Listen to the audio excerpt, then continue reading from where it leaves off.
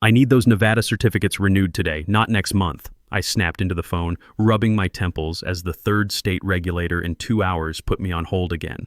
The fluorescent lights above my desk hummed like a migraine, and the coffee in the break room tasted like someone had dissolved cardboard in it. It was Monday, 8:47 a.m., and I was already juggling 6 jurisdictions, 3 pending audits, and 1 junior analyst who thought FDIC stood for Federal Department of Internet Commerce.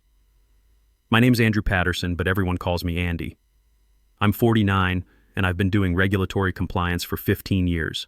Started late, spent my early career as an engineer before switching to finance, then found my calling in compliance. Not the glamorous side of the business, but somebody's got to make sure we don't end up in federal prison. The hold music cut off. Mr. Patterson, this is Sandra from Nevada Banking. Your renewal application shows incomplete signatory documentation. I pulled up the file on my second monitor. Sandra, hi. The delay's on our end. We're updating our corporate structure. Can you give me until Thursday? Absolutely. You've never missed a deadline in 8 years. Take the time you need. That's the thing about this business. Relationships matter. Sandra knew I'd been filing Nevada paperwork since she was a junior clerk. When other companies got hit with fines and delays, we sailed through because I'd spent years earning trust, one phone call at a time. Then I heard it, that voice that made my jaw clench every single morning. Andy, still wrestling with the red tape, I see. Brandon Wells strutted past my cubicle, sipping some overpriced coffee with oat milk and superiority. His teeth flashed like a Dollar Tree movie star as he adjusted his designer glasses. You know, AI's going to replace that whole department in about 5 minutes. Compliance is so last decade. I looked up from my screen where I was cross-referencing renewal schedules for our Texas, Florida, and Arizona licenses against the upcoming $750 million Series C investor review. And yet here I am, making sure you don't lose your operating authority for a paperwork error, I said flatly. Brandon didn't really hear me. He never did. At 27, with his Stanford MBA and 0 days of actual compliance experience, he saw me as some relic from the fax machine era. His uncle Charlie had hired him straight out of business school, and Brandon treated the place like his personal playground for disruption theories.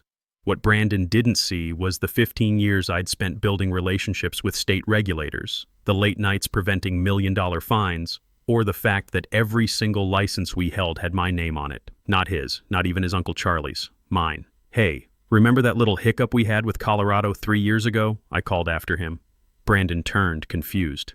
What hiccup? The one where they tried to fine us $8.2 million for improper loan disclosures. The one where I caught the error at 2 a.m. on a Sunday and filed emergency corrections before the Monday deadline. Saved the whole company. His blank stare told me everything. He'd never even heard about it. That crisis happened before his time, and apparently Uncle Charlie hadn't bothered filling him in on how close they'd come to bankruptcy. Right, he said vaguely. Well, that's exactly my point. Automation would catch those errors before they happen. Brandon disappeared into the glass conference room where he liked to draw flowcharts about synergy and digital transformation. I turned back to my work, logging into the Colorado Division of Banking portal. Ironic that I was updating the very licenses that had almost killed us 3 years ago. The morning flew by in a blur of regulatory portals and deadline tracking. Kevin Taylor, our new intern, leaned into my cubicle around 10:30. Kid was sharp, reminded me of myself at that age, eager but drowning in the complexity. Hey, Andy, I'm trying to understand the Arizona filing requirements. If our principal changes, do we need to refile the surety bond? Good question. Yes, but only if the bondholder changes. In our case, all the bonds are tied to my personal credentials, so changes in corporate structure don't affect them. Kevin nodded, taking notes. What happens if someone else needs to take over the bonds? I paused, really looking at him. They'd have to apply for new bonds, get credentialed through each state individually, pass background checks, and demonstrate 3 years of compliance experience. The whole process takes 6 to 9 months, assuming no complications. And if something happened to you before then we'd be operating without proper authority, which means immediate suspension of interstate activities. I kept my voice casual, but Kevin was asking exactly the right questions. The kid understood what most executives never bothered to learn. My phone buzzed with a Slack notification. Brandon had posted another meme, this time a picture of a dinosaur with the caption, "Andy's compliance methods be like, Ray Dawar means I love bureaucracy." 3 laughing emojis from various brown-nosers, including one from Jason Stone, our CFO, who really should have known better. I didn't get angry anymore. After 15 years here, outrage was a luxury I couldn't afford. But I did make a mental note to update my emergency protocols file when I got home, just in case. The truth was, I'd been feeling the shift for months. Brandon's constant comments about automation and modernization weren't random jokes, they were trial balloons. He was building a case for something, and that something probably involved my job. What he didn't realize was that I'd been preparing for this possibility since day one. Every contract, every relationship, every piece of institutional knowledge I'd built over 15 years was documented and secured. Not in company files, but in my personal systems, because in compliance, you learn early. Always have a backup plan. The afternoon brought its usual chaos. California sent a routine audit request. Nothing serious, just annual verification. Texas needed updated contact information. Arizona flagged a technical question about cryptocurrency, reporting that would take me 3 days to research properly. Brandon walked by again around 3 p.m., this time with a clipboard and that particular smile that usually meant trouble. "Andy, got a minute?" Quick sync about operational efficiency. I saved my work, followed him to a small meeting room, the same room where 3 years ago I'd broken the news about the Colorado crisis to a room full of panicked executives. Funny how history rhymes. The meeting invite came Tuesday morning like a digital pink slip. Quick sync. Operational realignment from Nicole Harper in HR, scheduled for 11:17 a.m. Not 11:15, not 11:30, 11:17. That kind of weird precision usually meant someone was about to get fired, and they wanted it to look spontaneous. I'd seen this dance before. The oddly specific time, the vague subject line, the HR person who'd never spoken to you suddenly taking interest in your calendar. I clicked accept and started mentally preparing. By 11:15, I was sitting in the small conference room near Charlie's office, the one that always smelled like dry erase markers and someone's questionable lunch choices from 1987. The air had that pre-execution tension you only get in corporate America.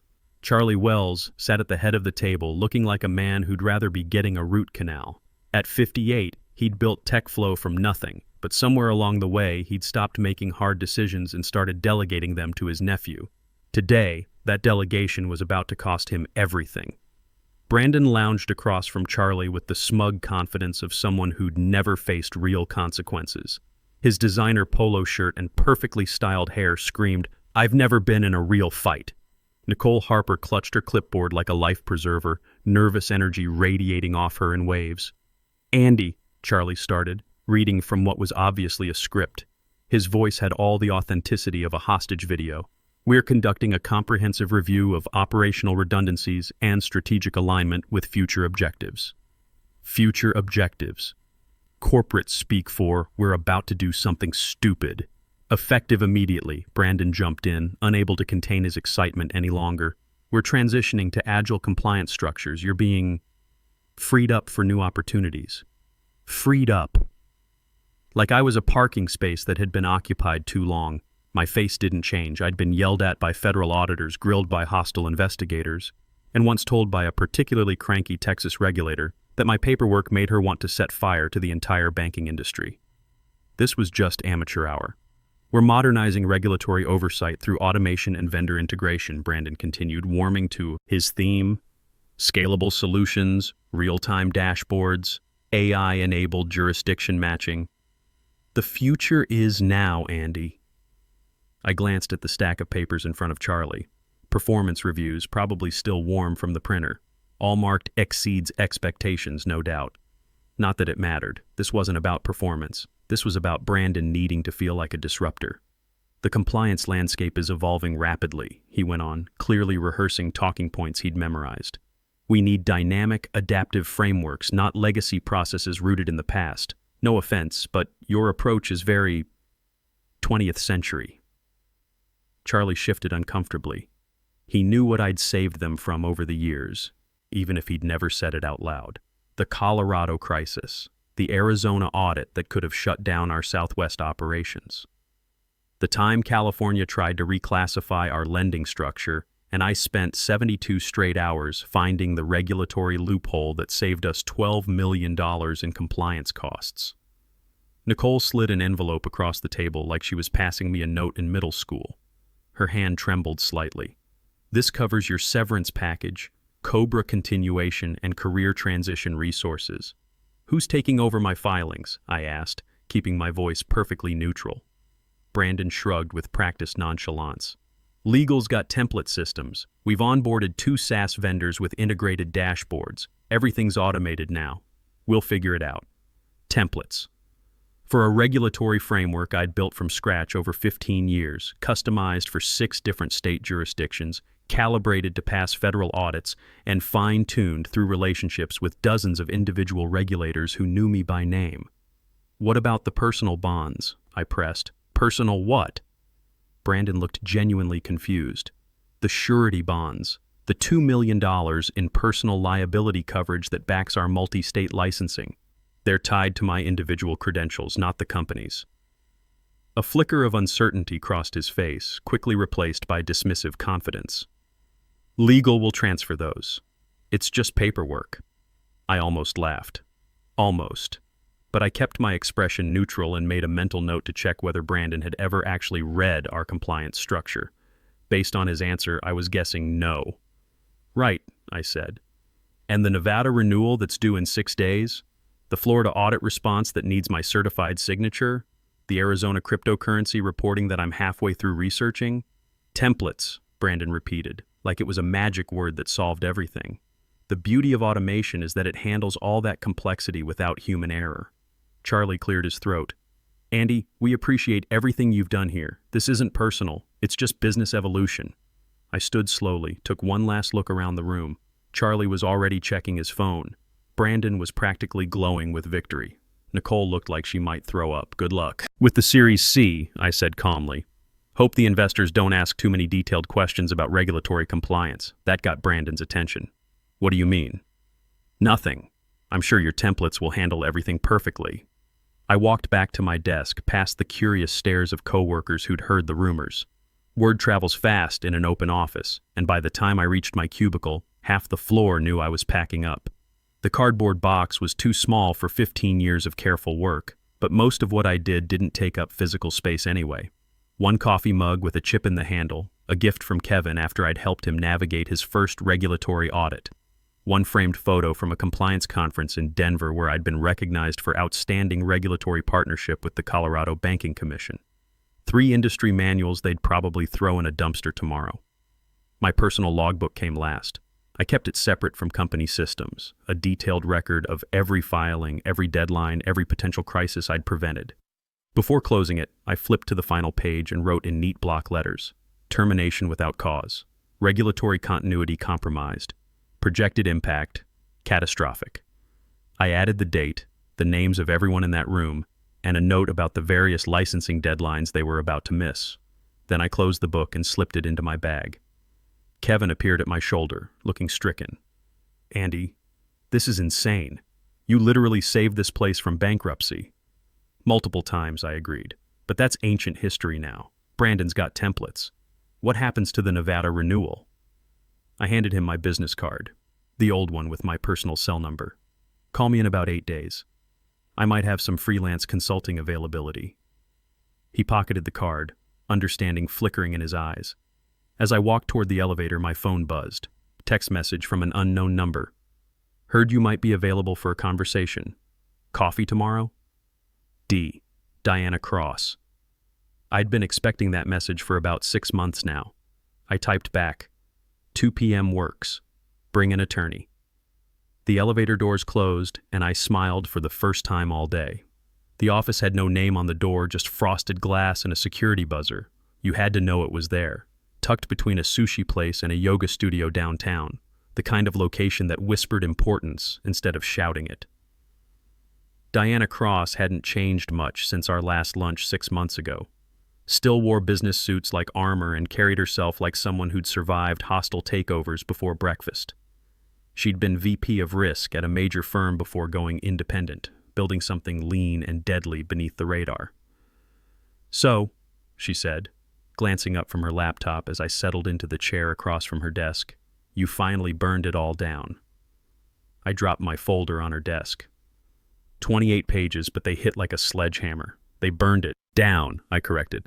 I just stopped putting out their fires. She scanned the first few pages, whistled low. Jesus, Andy, you really built their entire foundation, didn't you? 15 years of it, every license, every bond, every regulatory relationship, all tied to my personal credentials. Diana tapped the folder. Nevada's 6 days overdue as of today. Florida audit response was due Monday. Arizona's crypto reporting deadline is Friday, and based on this note, you're the only one who understands the requirements. Brandon thinks legal has templates. She laughed, not surprised, just appreciative of the irony. Legal templates for state-specific regulatory bonds. That's like using a coloring book to perform brain surgery. We sat in comfortable silence while she reviewed more pages. Her office hummed with the quiet efficiency of servers and the soft tick of an analog clock. One of those startup ironies, pretending not to care about time while tracking every billable minute. The bonds are the real killer, she said finally. Personal surety coverage, non-transferable, tied to your individual license history. They can't just reassign those. Nope. Takes 6 to 9 months to get new bonds approved, assuming the applicant has sufficient experience and clean background checks. Brandon's got an MBA and 8 months of consulting work, so they're operating without coverage right now. As of yesterday afternoon, yes. Diana closed the folder, leaned back in her chair. I'm assuming this isn't a friendly heads-up call. Job interview, I said. With one condition. She raised an eyebrow. I want to be there when it all falls apart, front row seats to the detonation. That can be arranged. My compliance practice has been looking for a senior partner, someone with your institutional knowledge. I smiled. I built that house for 15 years. Time to hear the beams crack. We spent the next hour going over terms. Diana's operation was everything TechFlow wasn't. Efficient, focused, built by people who understood that regulatory work was the central nervous system of financial services, not some bureaucratic afterthought. One more thing, she said as I prepared to leave, that Series C investor call they've got scheduled. Any chance they'll postpone it? Not a chance. Brandon's been bragging about it for weeks. Thinks it's his big moment to shine. Perfect. Nothing like an audience for a good implosion. Meanwhile, back at TechFlow, the first cracks were starting to show. Kevin Taylor sat in the break room, staring at his laptop screen with the expression of someone who'd just discovered a gas leak. The Nevada Banking Commission had sent an automated email. License renewal deadline missed. Operating authority suspended pending compliance review. Kevin had been trying to log into the renewal portal for 2 hours, but Andy's credentials were disabled and nobody else had access. He'd called legal. Linda Walsh had spent 30 minutes explaining why template documents wouldn't work for state-specific regulatory bonds. She'd called Brandon. Brandon had told him to figure it out and hung up. Now Kevin was looking at a form that required personal financial statements, professional references, and 3 years of compliance experience documentation. For Brandon Wells, who'd been in the job for 8 months and whose previous experience consisted of strategic consulting for his uncle's company. Kevin pulled out his phone, scrolled to a contact Andy had given him, hesitated, then put the phone away. Not yet. Give them a chance to figure it out themselves first. But as he stared at the form, a horrible realization crept in. Andy hadn't just been doing a job. He'd been the only thing standing between TechFlow and regulatory collapse. And now he was gone. Brandon, meanwhile, was in his office creating a PowerPoint presentation titled Compliance 2.0, From Bureaucracy to Breakthrough. He had no idea that 3 state banking commissions were trying to reach him about missing filings. His assistant had been routing those calls to legal, and legal had been trying to reach Andy. The irony was perfect. Brandon was building slides about automated regulatory frameworks while the actual regulatory framework was collapsing in real time, one missed deadline at a time. Thursday's operations meeting was peak Brandon. He strutted in like a man who'd just solved world hunger, his half-zip pullover and designer jeans screaming disruption to an audience of increasingly concerned department heads. All right, people, he announced, clapping his hands. Let's keep this crisp. We're lean now. Compliance is automated. No more bloated legacy systems holding us back. Linda Walsh from legal looked like she'd been awake for 72 hours straight. Brandon, we need to talk about the Nevada situation, and Florida, and Arizona. What about them? The licenses. They're complicated. Andy's personal bonds are non-transferable. We can't just file templates. Brandon waved dismissively. Linda, This is exactly the kind of old-school thinking we're moving past. Compliance is becoming a technology problem, not a people problem. But the regulators are calling. They want to speak with Andy specifically. Some of them have worked with him for years, so we'll introduce them to our new systems. Change is hard, but that's why we get paid the big bucks. Kevin, sitting in the corner, pulled out his phone again. This time he didn't hesitate. Andy? It's Kevin. You might want to check the news tomorrow. I think Nevada just suspended our operating authority. The call lasted exactly 47 seconds. When Kevin hung up, he quietly started updating his resume. By Friday afternoon, 3 state banking commissions had sent certified letters demanding immediate compliance reviews. Jason Stone, the CFO, was fielding increasingly aggressive calls from auditors who couldn't reach their primary contact. The company's automated systems were generating error reports that nobody understood. Brandon, oblivious, was preparing for Monday's investor call, certain it would be his moment of triumph. Andy Patterson was reviewing contract terms with Diana Cross, counting down the hours until his former colleagues discovered just how much trouble they were really in. Monday's investor call was scheduled for 2 p.m. Pacific, which made it Tuesday morning in Singapore. Perfect timing for Eliza Tan and her team to be sharp, caffeinated, and ready to dissect every detail of TechFlow's regulatory compliance structure. The conference room looked like it belonged in a tech thriller. Floor-to-ceiling windows, matte black fixtures, air that smelled vaguely of ambition, and industrial-grade disinfectant. A 40-foot monitor dominated one wall, split between Brandon's PowerPoint presentation and a crystal-clear feed from Singapore, where the investment team sat like poker masters behind silver MacBooks. I was supposed to be at Diana's office, reviewing new client contracts. Instead, I was sitting in my car across the street, watching through TechFlow's windows with the satisfaction of a man who'd planted a garden and was finally ready to harvest. Brandon stood at the head of the conference table, arms spread wide like he was conducting an orchestra. And that's why our expansion into regulated lending represents not just growth, but inevitability. We've modernized every aspect of our compliance infrastructure. The presentation behind him showed graphs that curved skyward like prayers to venture capital gods. Charlie sat 3 chairs down, checking notes he'd clearly seen for the first time in the elevator. Jason Stone, the CFO, had the look of a man who'd just realized he was standing in quicksand. Eliza Tan nodded politely from the screen. She didn't speak immediately, letting the pause stretch just long enough to remind everyone who controlled the $750 million checkbook. Thank you, Mr. Wells. Very comprehensive.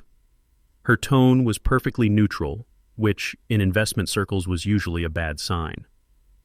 Before we proceed with final due diligence, I have some clarifications. Brandon beamed like a game show host. Of course. Fire away. Our compliance team reviewed your regulatory structure over the weekend. Is it accurate that your multi-state operating authority was held under Andrew Patterson's personal bonds? The smallest twitch in Brandon's eye. Jason turned slowly toward Linda Walsh in legal, then back to Eliza. Andy transitioned out of the organization last week, Charlie said carefully, each word examined for legal liability before release. I see. And who currently holds those regulatory bonds? Silence hit the room like a toxic gas leak. Invisible but deadly. The bonds in question were personal specific, Linda spoke finally, her voice tight with exhaustion. They're non-transferable without individual reapplication through each state authority. Eliza frowned slightly, made a note. To confirm, you currently operate without active regulatory bonds in Nevada, Florida, Texas, Arizona, Colorado, and Delaware? Brandon jumped in, trying to laugh it away. Well, our systems are fully operational. The automation handles all compliance monitoring. This is more of a administrative transition. A man in a gray suit leaned forward on the Singapore side, whispered something urgent to Eliza. She nodded once, her expression cooling several degrees. Mr. Wells, without proper bond authority, your operations exist in significant legal gray areas. Our legal team has confirmed that Nevada suspended your operating license last Thursday. Florida initiated compliance proceedings Friday morning. This isn't administrative, it's existential. The temperature in the room dropped like someone had opened a freezer. We've initiated efforts to secure new signatories. Charlie cleared his throat desperately. It's in process. And the timeline for that process? Another whisper from Singapore. Eliza's tone remained calm, but steel crept into her words. Our analysis suggests 6 to 9 months for proper credentialing, assuming qualified applicants. Meanwhile, you're operating across state lines without legal authority. Brandon's face had gone the color of old newspaper. But our vendor integration, the automated compliance dashboards. Mr. Wells, Eliza interrupted gently, dashboards don't replace regulatory bonds. They don't establish legal authority. They certainly don't satisfy federal auditing requirements. That's when I decided it was time. I walked into the TechFlow lobby, took the elevator to the 12th floor, and strolled into the conference room like I owned the place, which, in a regulatory sense, I kind of did. Sorry I'm late, I announced to the stunned room. Traffic was murder. Brandon's mouth opened and closed like a fish trying to breathe air. Andy, what are you doing here? I placed a manila folder on the conference table and turned to address the camera. Ms. Tan, I'm Andrew Patterson. I believe you've been asking about me. Eliza's expression shifted to something approaching relief. Mr. Patterson. Yes, we've been trying to understand the transition of regulatory authority. There wasn't one, I said simply. When TechFlow terminated my employment last Tuesday, all personal bonds and regulatory relationships terminated with me. As of last Thursday, they've been operating without legal authority in 6 states. I opened the folder, slid documents across the table. These are transfer notifications I filed Friday afternoon. All regulatory bonds and licensing authority have been moved to Patterson Compliance Solutions, LLC, effective immediately. The room was so quiet I could hear the air conditioning cycling. However, I continued, looking directly at the camera, I'd be happy to discuss a consulting arrangement for your compliance needs, Ms. Tan. My firm specializes in exactly the kind of multi-jurisdictional regulatory frameworks your investment requires. Eliza smiled for the first time in the entire call. That would be very welcome, Mr. Patterson. Perhaps we could schedule a separate conversation. I'll have my assistant call yours this afternoon. Brandon found his voice finally. Andy, you can't just... We can work this out. Come back. Name your price. I turned to him with the expression of a man who'd been insulted by a mosquito. Brandon, you told me compliance was obsolete, that templates would handle everything, that AI made my expertise irrelevant. I shrugged. So handle it with templates. The Singapore screen flickered, and Eliza was closing her files. We'll be in touch, Mr. Patterson. As for the current investment discussions, she looked directly at Charlie. I'm afraid we'll need to table those pending resolution of these regulatory issues. The screen went dark. Nobody moved. Brandon stared at the folder like it contained his death warrant. Charlie looked like he'd aged 10 years in 10 minutes. Jason was already pulling out his phone, probably calling their attorney. I picked up my folder, headed for the door. Kevin, I called to the intern sitting wide-eyed in the corner. My offer stands if you're interested in working for a properly licensed compliance firm. As I walked out, I could hear Brandon's voice rising to panic pitch behind me. This is insane. We can fix this. We can... The elevator doors closed on his protestations. 3 weeks later, Diana and I were reviewing contracts for our 6th new client. TechFlow Financial had ceased operations in 5 states and was facing $2.3 million in regulatory fines. Brandon was exploring new opportunities, which seemed to involve a lot of LinkedIn posts about entrepreneurial resilience. Charlie had called twice, offering everything from equity to his firstborn child. I'd let those calls go to voicemail. Sometimes the best revenge isn't dramatic or explosive.